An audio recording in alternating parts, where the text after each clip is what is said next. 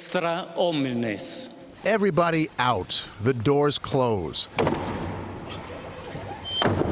The conclave opens, and the cardinals begin the ancient ritual of choosing a new pope. But the black smoke says, not tonight. From CBS News headquarters in New York, this is the CBS Evening News. Good evening, I'm John Dickerson.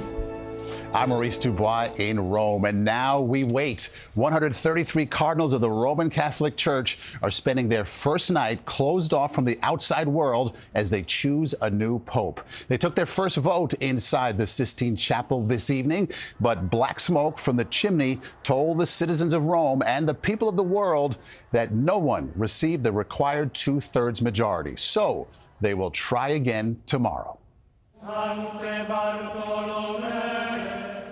The procession of cardinal electors to the Sistine Chapel was accompanied by the Litany of Saints,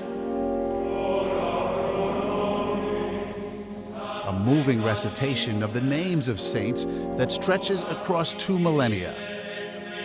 Once inside, with the masterpieces of Michelangelo bearing witness, each cardinal took a vow to keep details of this election secret.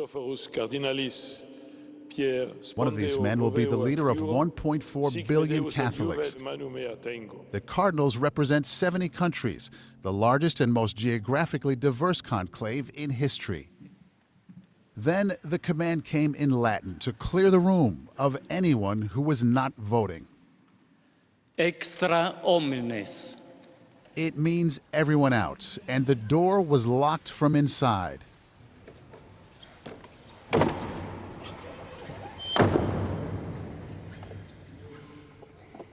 Outside in St. Peter's Square, a vigil began.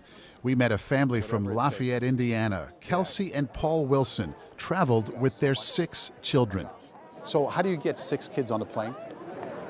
Well, we went through 2 months of no TV, and then when they got on the plane, they got as much TV as they wanted. Oh, this was a trade, a barter sales? Yeah. Also, flying economy as a child is flying first class. Yeah. You got plenty of legroom. You've got all the drinks you could want with sodas. That's true. Yeah. So it worked out? It worked out. So what are your hopes and dreams for the next pope at this point?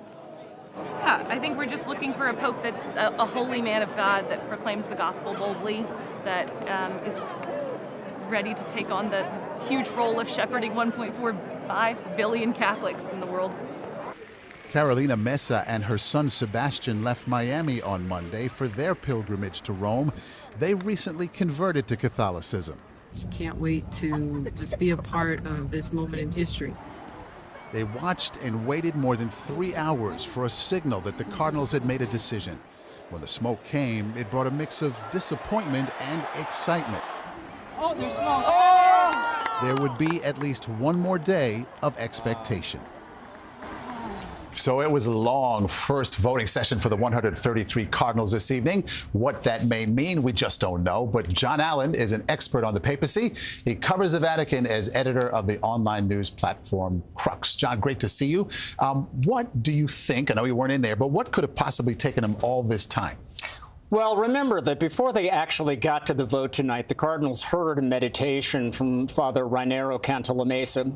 In Italian, that means sing the Mass. And between you and me and the fence post, not a guy known for going short. Loves to speak. A little bit. And in addition, we have to remember this is the largest conclave in history. 133 cardinals had to walk up, swear on oath in Latin, and drop their vote into the chalice. All that had to be counted. That simply took some time. We may have to get used to waiting a little bit. Crowd out here was pretty restless, singing, chanting, cheering, etc. What does tomorrow look like? Who do you think is the front runner at this point? Well, going in, I think we all assume that the front runner is Italian Cardinal Pietro Parolin, the Secretary of State under Pope Francis. And really tonight was sort of a show of strength to see how many votes Parolin got in this first round. Tomorrow is when things get real. He'll either get near that two-thirds threshold or somebody else will emerge. But I would point out the last 2 popes were elected in the afternoon of the second day. So tomorrow is really potential white smoke territory for the first time.